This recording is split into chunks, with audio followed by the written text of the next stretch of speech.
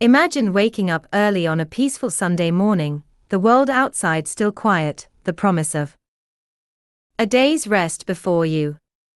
Now picture the gentle warmth of sunlight drifting through a small kitchen window, the aroma of honey pancakes slowly filling the air, and the hushed presence of a child still deep in slumber down the hall.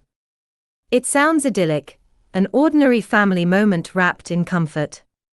Yet beneath this serene surface, something else stirs, a growing tension hidden behind a child's downcast eyes and a mother's uneasy heart. This is the story of how a quiet home, a loving mother, and a timid child became entangled in a struggle against fear and misunderstanding at school, and how courage, empathy, and honesty turned a place of dread into an environment of growth and understanding.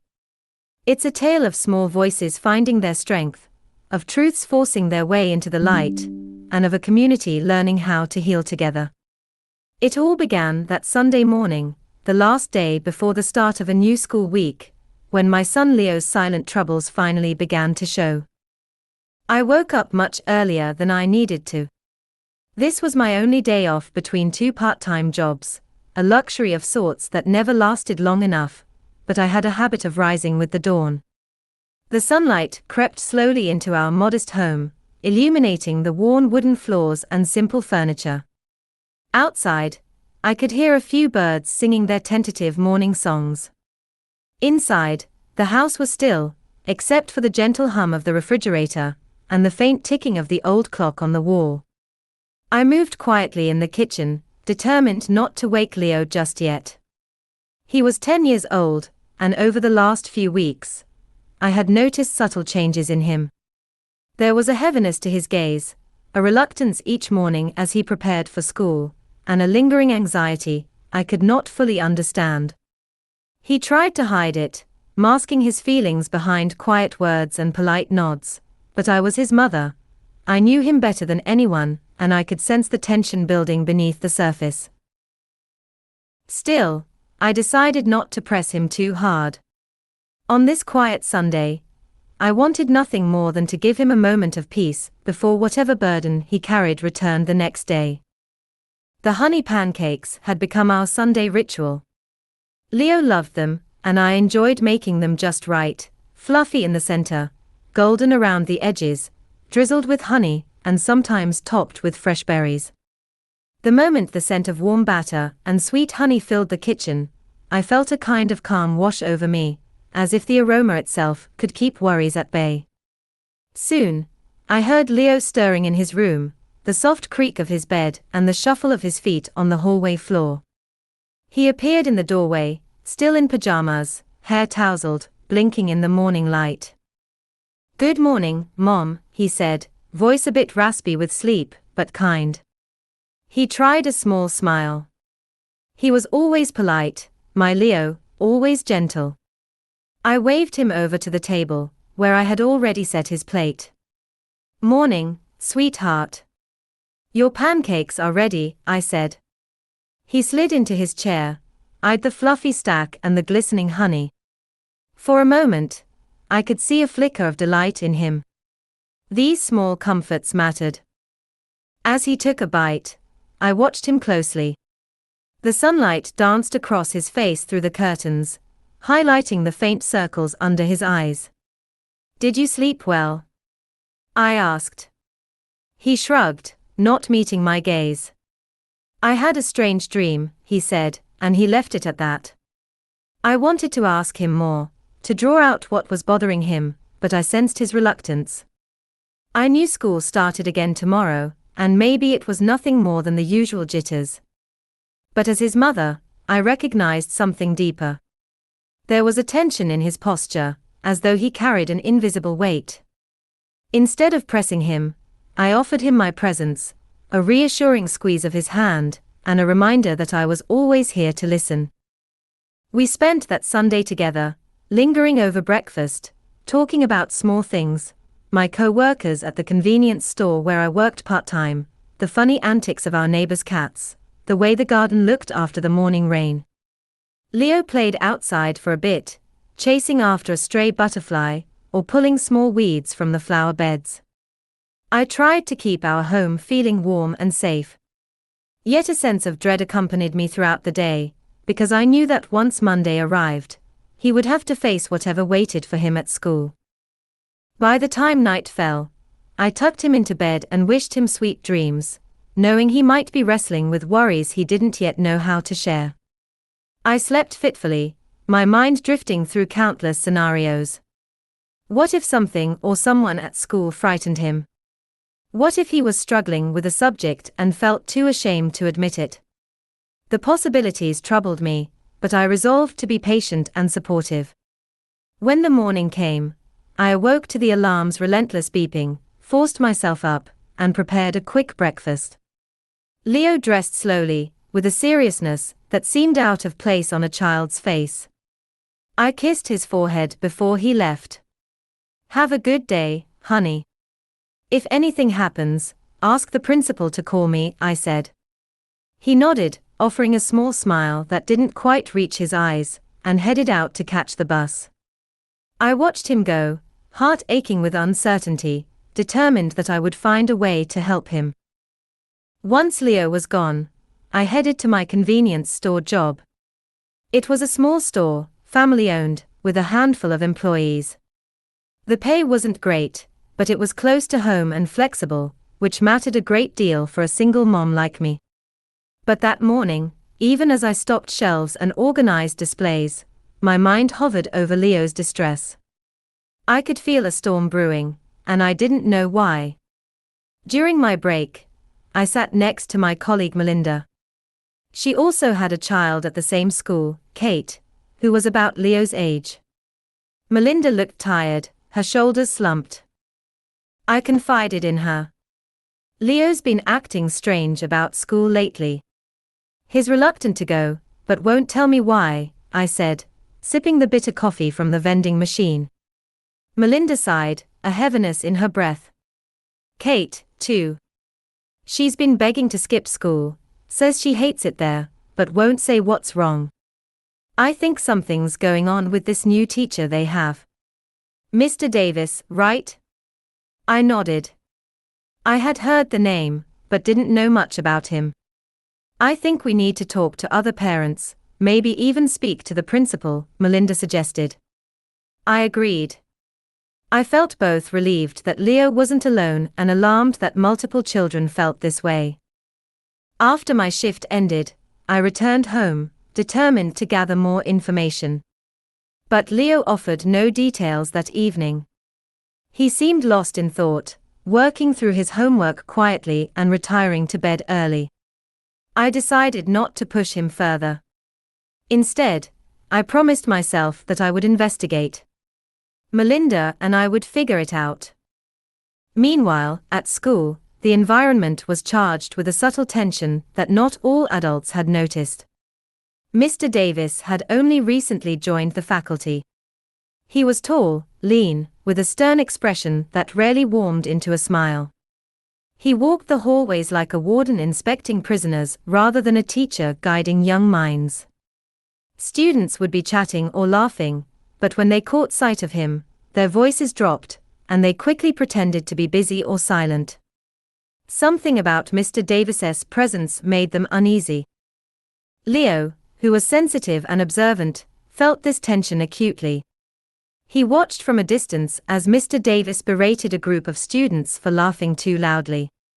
"This is a place for learning, not a circus," the teacher barked, his voice slicing through their joy.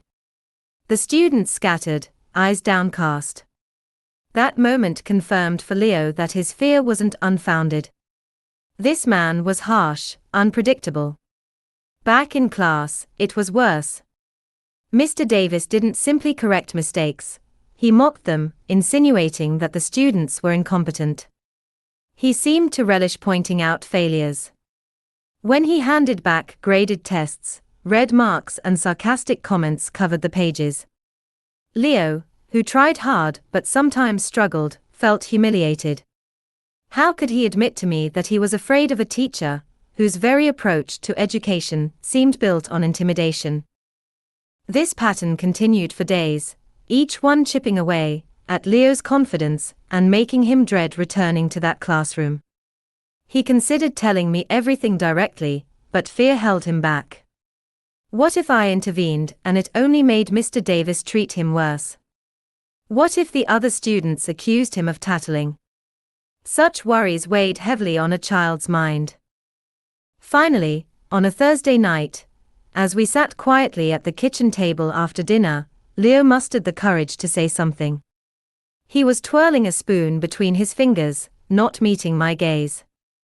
The television hummed in the background, a low murmur of distant voices. "Mom," he began, voice barely above a whisper, "there's something going on at school." I turned off the TV, giving him my full attention, my heart sinking as I prepared for whatever he might say. "It's Mr. Davis," he continued. "He's always so harsh. He yells a lot, calls us names sometimes, says we'll never amount to anything if we keep messing up. I'm scared to go to class." Hearing this, I felt a surge of protectiveness and anger. A teacher treating children this way was unacceptable. I forced myself to speak calmly. "Thank you for telling me, Leo. I'm sorry you've had to deal with that. We'll fix this. I'll go to the school and figure it out." Leo nodded, relief mixed with fear. He was unsure if my intervention would help, but he had run out of options on his own. Later that evening, I called Melinda. I recounted what Leo had told me. She cursed under her breath, then said, "Holly, I can't make it tomorrow. I've got a full schedule at work. But you should go and talk to the principal. We'll stand together. If I can't be there in person, I'll help in other ways. Keep me updated." I agreed.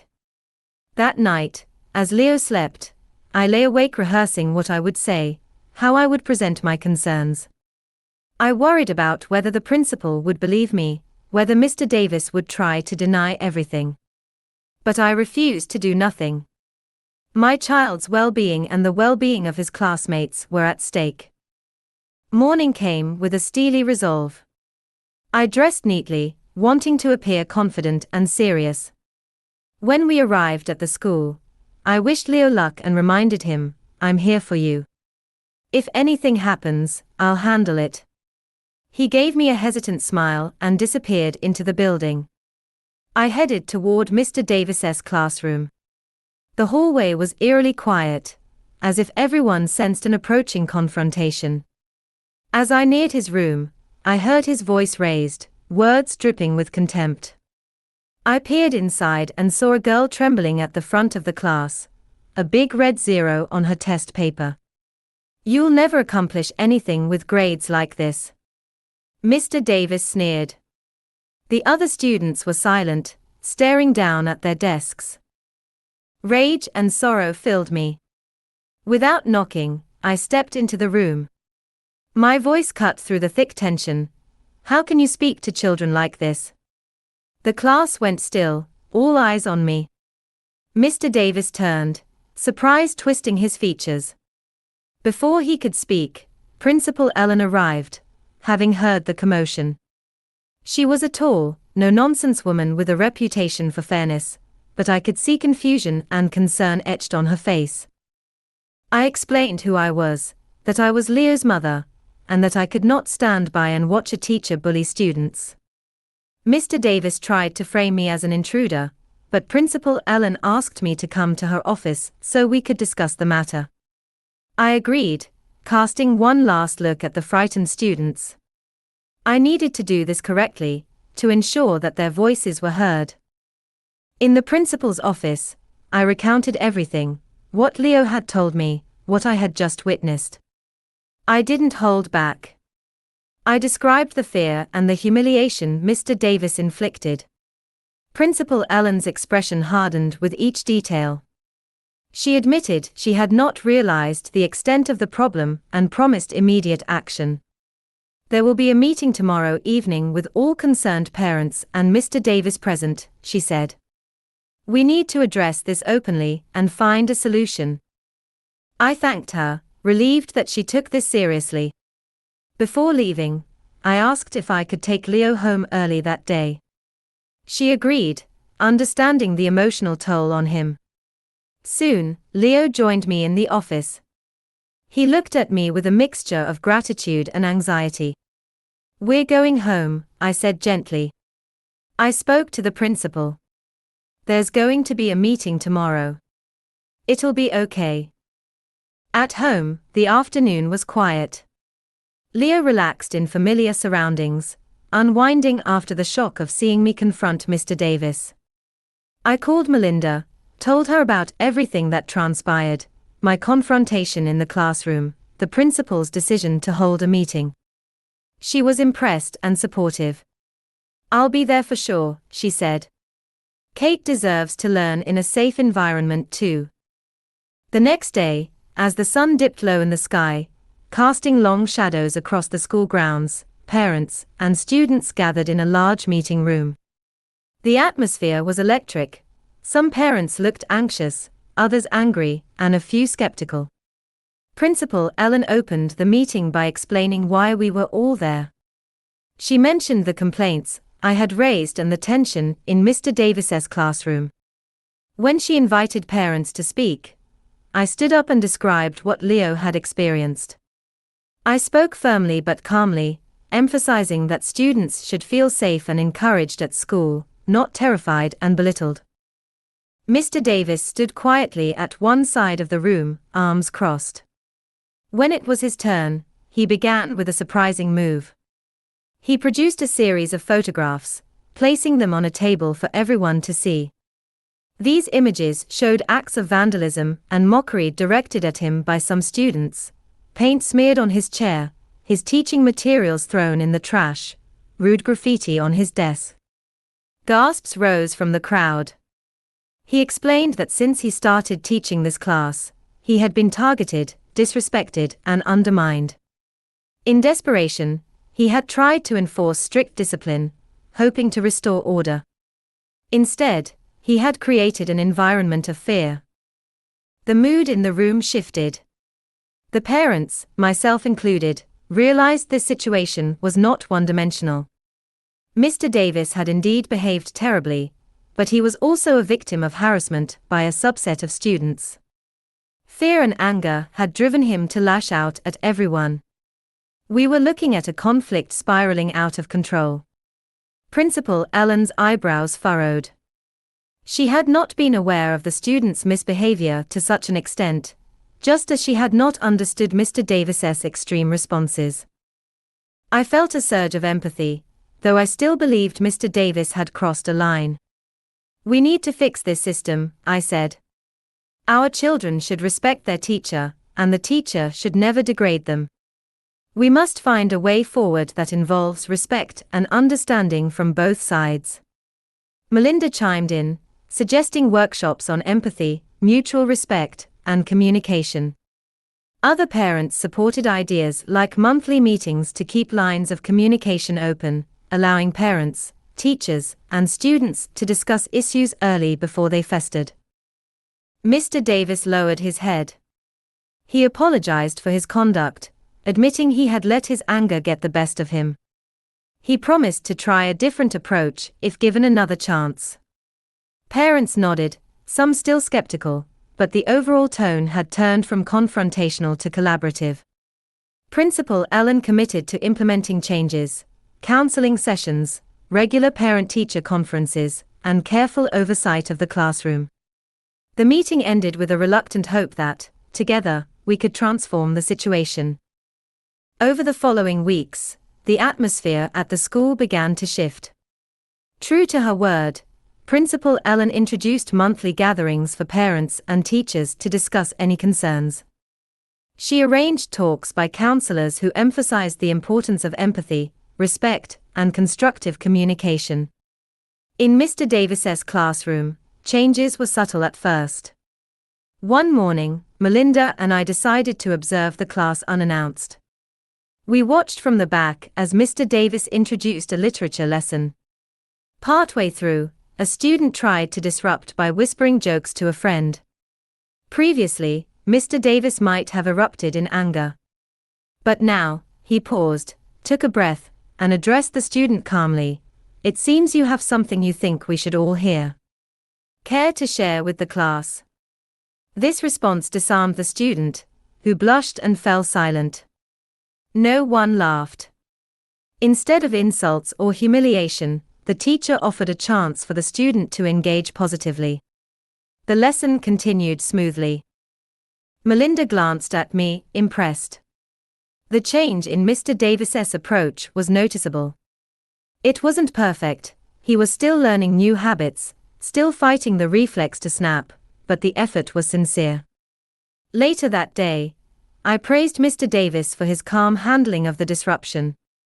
He thanked me, admitting it was a conscious effort to rebuild trust. Over time, as the students noticed their teacher's new demeanor, many became more respectful and attentive.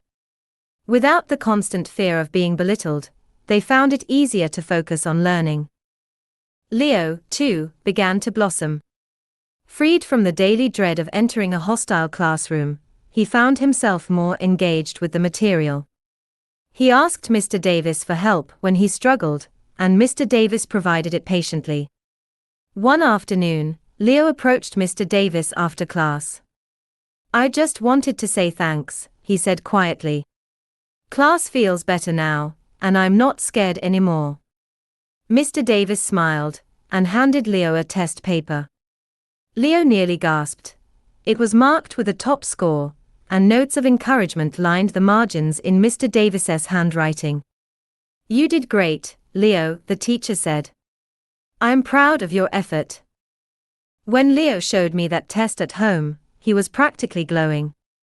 He waved the paper in front of me, eyes bright with excitement. "Look, Mom. I got the highest score." I examined the test, seeing not only the score but the supportive comments. Tears pricked my eyes. So much had changed in such a short time. I hugged him tight and said, "I'm so proud of you. You've worked hard, and you never gave up, even when things were tough." In the months that followed, the school continued to improve its culture. The once strained relationship between students and Mr. Davis evolved into something healthier. He started to incorporate creative teaching methods, group discussions, short projects, reading circles, that helped students feel invested in their own learning. The students, for their part, realized that respect was a two-way street. Those who had vandalized his supplies or mocked him began to understand the consequences of their actions. Peer pressure shifted. Instead of ridiculing a teacher, the class now found common ground in learning, supported by a teacher who had rediscovered his purpose. Principal Ellen considered this experience a turning point for the school.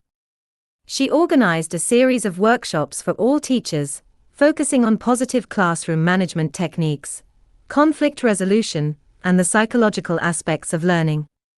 She also encouraged parents to remain involved, to attend monthly meetings, and keep communication channels open. Melinda and I became more active in these meetings, sharing our perspectives and listening to other parents' concerns. We formed a small parent-teacher group dedicated to maintaining the improvements. For Leo, school was no longer a place of fear. He arrived each day curious about what he might learn, unburdened by the anxiety that had weighed him down. His grades improved, and more importantly, his confidence flourished. Outside of academics, he became more open and talkative, making friends and participating in after-school activities. At home, I noticed he carried himself differently, shoulders back, head high, a quiet pride in his accomplishments. One day, as I stood in the school hallway waiting for Leo, I saw Mr. Davis and Principal Ellen talking. They were discussing new strategies for an upcoming project. Both wore thoughtful expressions, but there was respect in their tone, no hint of the former tension and distrust. As Mr. Davis turned to leave, he noticed me standing there. He approached and said quietly, "I wanted to thank you, Holly. Without you stepping in, I might never have realized how much harm I was causing. Your courage in confronting the problem forced me to take a long look at myself. I know it wasn't easy." I shook my head, smiling gently. "I think we all learned something from this. I'm just glad the kids are in a better place now. Leaving the school that afternoon, I reflected on how far we had come. We had taken a situation that seemed hopeless, an oppressive classroom environment and fearful students, and transformed it through honest confrontation, empathy, and collaboration. It reminded me that problems rarely have simple villains or heroes. Often, everyone involved is struggling in their own way. By acknowledging that complexity, by shining a light on what was happening and insisting on better standards, we created the conditions for lasting change. Back at home, Sunday mornings reverted to their original harmony. I still rose early, still made honey pancakes. But this time, as Leo emerged from his room, there were no hidden shadows under his eyes, no nervous glances toward the window as if dreading the next day.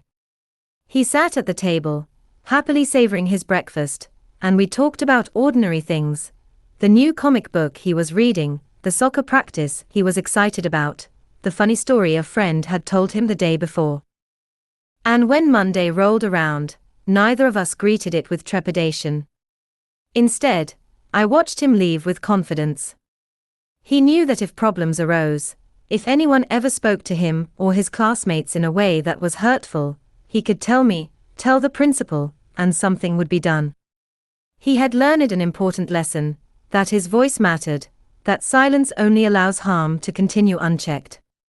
And I, as a mother, learned something equally valuable, that intervening on behalf of my child, even if it meant confronting authority, was not only my right, but my duty.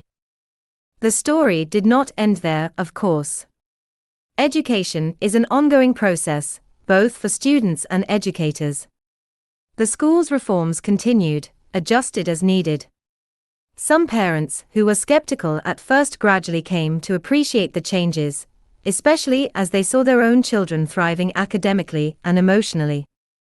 The once volatile classroom environment stabilized into a productive space where mistakes were learning opportunities, not triggers for ridicule.